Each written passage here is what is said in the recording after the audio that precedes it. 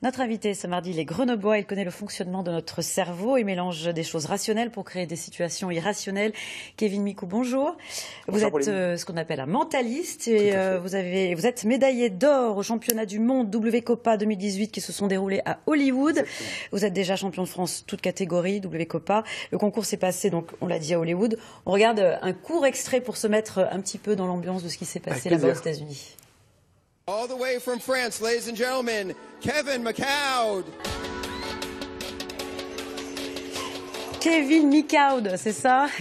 Même pas, le i n'est pas prononcé, c'est McLeod chez eux. McLeod. Ouais. Quelle expérience, quel souvenir vous gardez de cette expérience humainement? Alors bien sûr, il y a les prix, il y a les médailles dont on parle beaucoup, mais l'expérience humaine en soi, même là, vous voyez, vous m'avez balancé l'extrait, je réentends les bruits, la voix du présentateur de l'émission télé de la finale, c'est beaucoup d'émotions, c'est avant tout une expérience humaine incroyable. Il y a combien de nationalités, combien de personnes qui participent? Cette année, en tout cas, il y avait 67 pays, c'était la 22e édition, 67 pays, 1250 participants, plus les familles, l'entourage, les agents, les producteurs.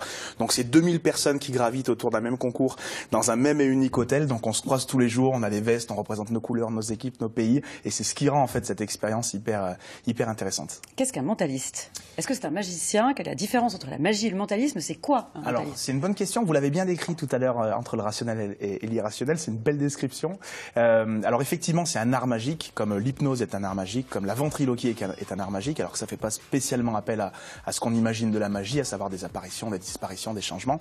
Dans le mentalisme, ça va être une magie ou en tout cas un art du divertissement qui repose sur les pensées, sur des choix qui sont faits, prédire un choix, lire dans les pensées de quelqu'un. Et c'est tout ce spectacle-là qui crée ces effets de mentalisme. Alors justement, j'ai bien voulu être votre cobaye. Exactement, et je vous en remercie. Alors tout à l'heure, avant l'antenne, je vous ai donné une pile de bouquins. Ouais, je suis même sorti je suis sorti du plateau, je vous ai demandé d'ouvrir n'importe lequel de ces bouquins, n'importe où, de choisir n'importe quel mot sur n'importe quelle page, absolument n'importe où, de ne pas le noter, de le garder uniquement en tête, de refermer ces bouquins. Vous avez d'ailleurs gardé les bouquins, je les ai pas revus. Et maintenant, je vais juste prendre une ardoise et un stylo, et je vais tenter de deviner ce à quoi vous pensez. D'accord? Alors, pensez s'il vous plaît, Pauline, à la première lettre, uniquement à la première lettre. Imaginez-la bien fort, écrit en noir sur un fond blanc. Juste la première lettre du mot. Je vais l'écrire ici. Est-ce que vous pourriez, je referme même le stylo, pour la toute première fois nous dire quelle était la première lettre? F. Le F. J'avais écrit, Pauline, le P. Ah!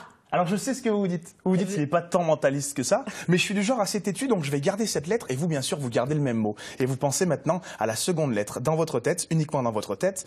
Merci beaucoup. Puis encore la lettre suivante. Merci beaucoup. Puis la lettre suivante. Et vous faites défiler dans votre tête toutes les lettres jusqu'à la dernière. Merci beaucoup.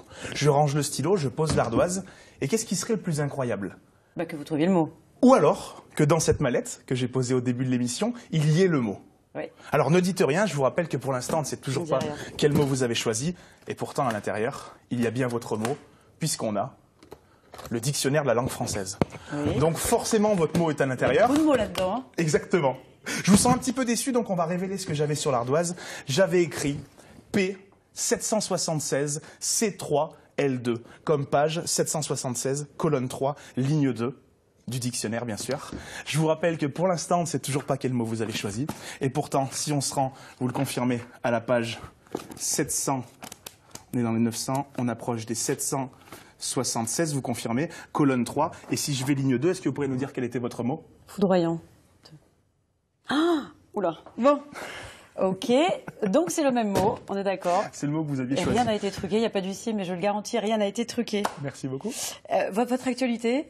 Alors l'actualité, si on a envie de vous voir, en live. Alors là, sur la fin d'année, c'est quand même la grosse période des spectacles et des événements d'entreprise, qui est quand même l'essentiel de mon activité. Il y a deux gros événements que je prépare en janvier, puisque c'est les toutes dernières dates grenobloises de mon spectacle expérimental, dont c'est un extrait.